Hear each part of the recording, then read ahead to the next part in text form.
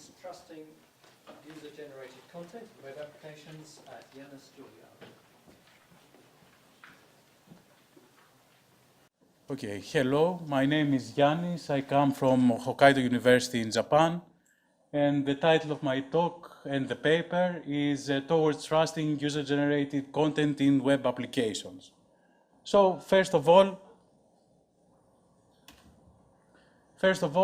we should define trust in the context of this presentation.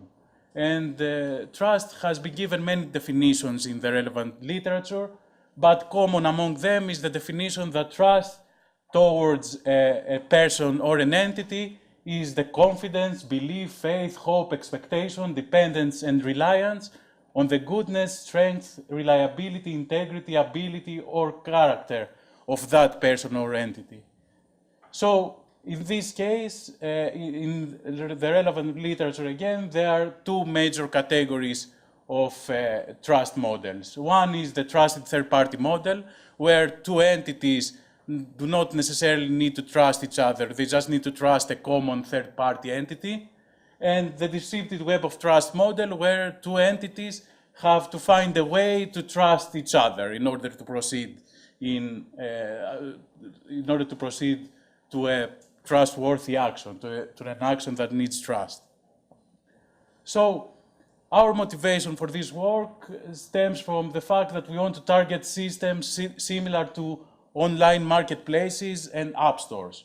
These systems have two main high-level goals. They want to assure that their content complies with their laws and policies, and they want to make their content accessible to users, easily accessible to users. And both of these high-level goals are important. To both of these high-level goals, trust is very important. And in the second case also, because this system, to make the content easily available to users, they need to assure them that that content performs as expected or as advertised. In this system, though, trust is implicit. They may employ some initial screening through algorithms or humans. They may utilize ratings. They may provide money-back guarantees if the content has commercial value, or they may offer a preview of the content if that's applicable. However, trust is implicit, and ultimately it falls. The burden falls on the user in order to consider all these factors and decide whether a certain application can be trustworthy or not. So our goals in this context is to make trust explicit. We want to make trust a first-class property of a platform, of a web platform. We want trust to be user-centric, to be calculated from the point of view of each user, and we want it to be clearly visible to each user. We want trust to be calculated deterministically via clear rules and transparent policies. We want it to be unobtrusive and revocable. So we have implemented a trust mechanism over a platform web platform called WebWorld, and which is an application deployment platform. On this platform, users can deploy and run web applications. And they can also combine these applications in order to create higher order applications. And combining them is through connecting one of the potentially many outputs of an application to the input of another application. So the difference between this framework and other frameworks, other similar component frameworks, is the emphasis on the rapid development, application combination, and deployment cycle. We expect users to create many applications and deploy them on this platform. And so these published applications and higher order applications can be deployed, modified, and combined by all users. So this is a screenshot of the platform. And in this, you can see many applications running on this. You can see that users can load apps, in this case. They can create new apps within the platform. They don't need to use an external integrated development environment to create applications. They can create it within this platform, writing JavaScript code. They can combine applications For example, they can combine the output of a YouTube application, the output that says how many views this YouTube video had, with a graph application in order to show a graph of all the views along the time, along the months. They can modify applications, and this combination of applications or modification of applications or new applications, they can republish in the platform as new applications. And this platform also encourages even small modifications of applications. Even in this application, I can change even the border color and publish this application as a new application. So the point is that we are expected to have many applications, millions of applications, depending on the users, of course, of the platform. So a central part of this platform is the publication of new applications. Users can be authors of an application or a combination of applications or a modification of already available applications. And they can belong also, these users can belong to groups, which are part of the system. And these groups can be used to publish a specific application under them. If the current user that publishes the application, of course, belongs to these groups. So you can see an example here of a publication dialog. I can here choose some keywords and the name and description of an application and publish it under some groups. Here are the groups that I'm a member of and I'm allowed to publish my application under. And once published, once an application is published, there's no way these groups to be modified. The application can be modified, of course, and republished, but it will be republished under the same groups that I published it initially. After publication, applications can be loaded by any user of the platform. So in that case, these applications at that point can be characterized as trusted or untrusted by the platform itself. And it's clearly displayed to the user, and also this is calculated from the user's point of view. The current user means here it can trust an application or cannot trust an application. This is indicated by an icon on the top of the application, on the top left side of the application description. And here, for example, you can see an application called Basic Label, which is not trusted, and this is indicated with a padlock with an X. Whereas here, the application called Basic 3D Web is trusted, which is indicated with this open padlock. Actually, these icons are not very intuitive, but they were chosen because the same icons are used by browsers to say that the website is trusted or not. So users are familiar with this kind of notation. So in order for this trust system, trust mechanism to work, first of all, users have to be authenticated against the platform. And of course, all access to the platform is through HTTPS. Otherwise, the trust system could be compromised by anyone. And the system actually supports accounts in the platform itself based on email and password or username and password, or the users can use third-party providers, in this case 3 different third-party providers, in order to log into the platform, and this is done for ease of use, for profile sharing, so users do not necessarily need to fill in their profile with our platform also. We can read their profile information from third-party sites, and for redundancy, because if the users forget their password or they cannot log in through a certain account they have connected, they have the possibility to connect to their own and unique account through another third-party provider. So users can be associated with some information like their name, email, gender, and so on, and description. They can receive notifications, and these notifications remain visible to a user profile until they are acknowledged by the user. And these also notifications are mostly have to do with trust-based notifications, like whether here in this example the user became a member of the group or left from a group. Users can belong to groups, as we mentioned before also, and the user can revoke his membership from the group, but he cannot opt in a group to become member of the group. the group manager can add only and exclusively a user to a group. And lastly, a user can trust groups. And that's the main configuration and the main and only configuration option from the trust-based configuration option from the user's point of view. So in this case, a user can choose a group here and decide whether he trusts the groups or not.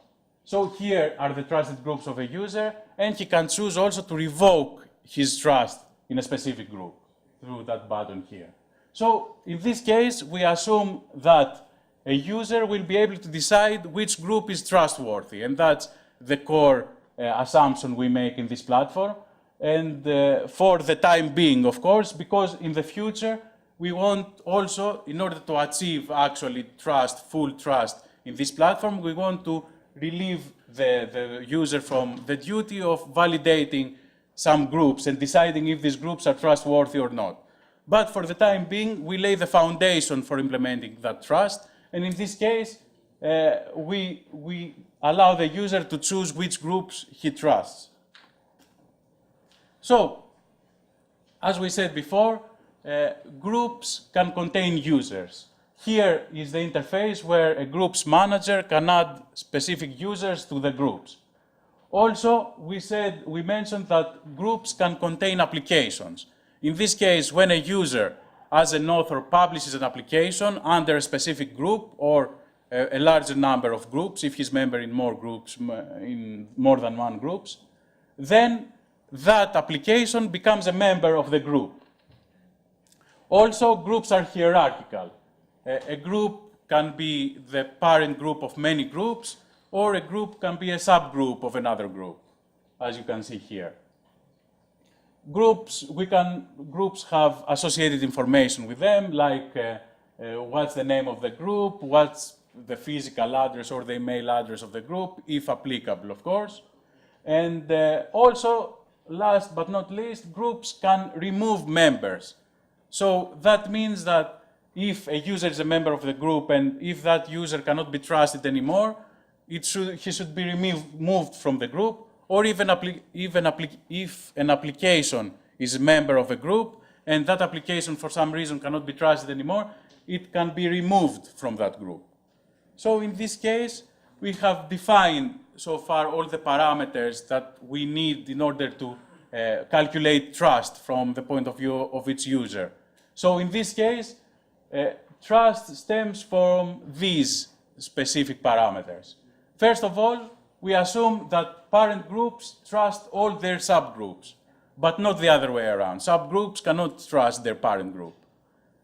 Also, groups can explicitly trust other groups, regardless of what's their position in hierarchies. A group may decide that another group, for some reason, external to the platform, of course, and compatible with the policy of each group, the policy that the physical entities that are represented by groups decide, is trustworthy. So this is the case. Also, of course, groups trust users that belong to the group, but again, not the other way around. Users do not implicitly trust groups in this case. Users can only explicitly trust groups, and that's the last bullet here. And another thing is that groups, of course, trust applications or objects, as we call in the context of the platform, because it may not be applications only, it may be other content also, that are published under those groups. And so through the combination of all these parameters, we can calculate the desired outcome, which is to decide whether a specific user, can trust an application, only through those parameters. So, in that sense, schematically, that can be seen as this graph, for example. We have groups here, A, B, C, in this example, and their implicit or explicit trust arrows are the green ones over here. So it means that Group A trusts Group B and Group C, but these groups do not trust Group A, of course. Here we have applications, two applications, D1 and D2, and the arrows say that Group A trusts application D1, and Group C trusts both applications. Group B doesn't trust any application. That stems out of the relationships I explained before, right? These are the implicit and explicit relationships. So, in this case, we have two users, user 1 and user 2. So in this case, since user 1 trusts Group B and user 2 trusts only Group C, then it stems from that fact that since we can find the path from user 2 to both D1 and D2, it means that the user 2 trusts both of these applications, but user 1 cannot trust any of these applications.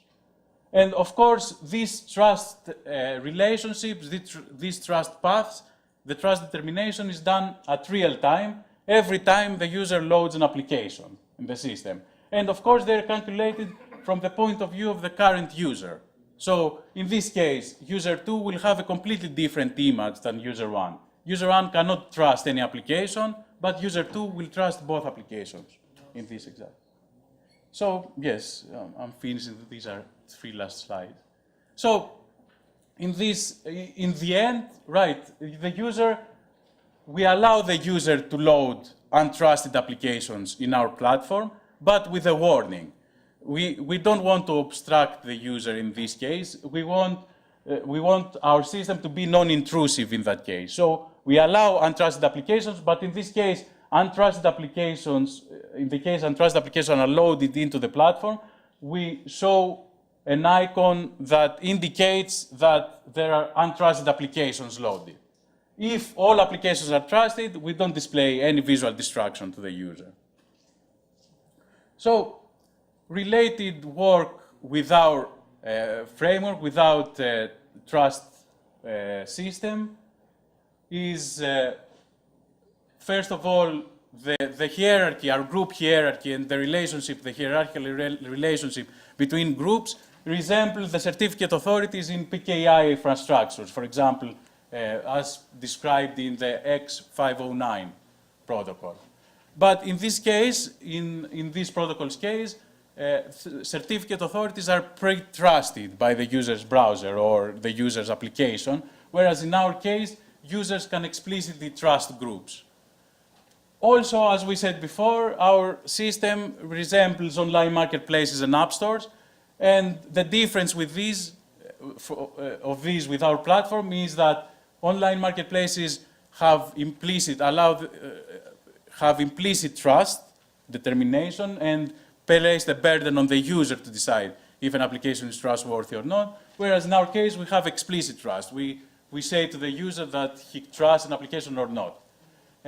Also, distributed trust models that implement algorithms to decide whether an entity can trust another entity in a complex relationship, interdependent relationship, whereas messages are exchanged between those entities, are orthogonal to our scope and goals. And of course, we can use these algorithms in order to decide whether a user may be able to trust a group or not. And that's part, actually, of our future work, where we plan to add confidence values as weights to the trust graph in order to have more fine-grained trust determination in this case. And we want to be able, ultimately, in the end, to calculate automatically whether a specific user can trust a group. We can either automatically establish this relationship, or we can tell to the user, we can notify the user that he should trust these groups from his point of view, and he can decide if he can trust them in the end or not. He can have the final decision. And we can calculate these relationships from various parameters that have to do with the interaction of the user or the other users against the platform. And that's the ultimate goal in the end. If we calculate all this information, and since we have established a base, a clearly defined base, in the end we want to relieve the user from deciding if an application can be trustworthy or not. And that's all. Thank you very much. And this is the link to the platform, which is under heavy development right now, but it's usable. So you can see it and play with it also. Thank you, Yanis. time for a couple of questions.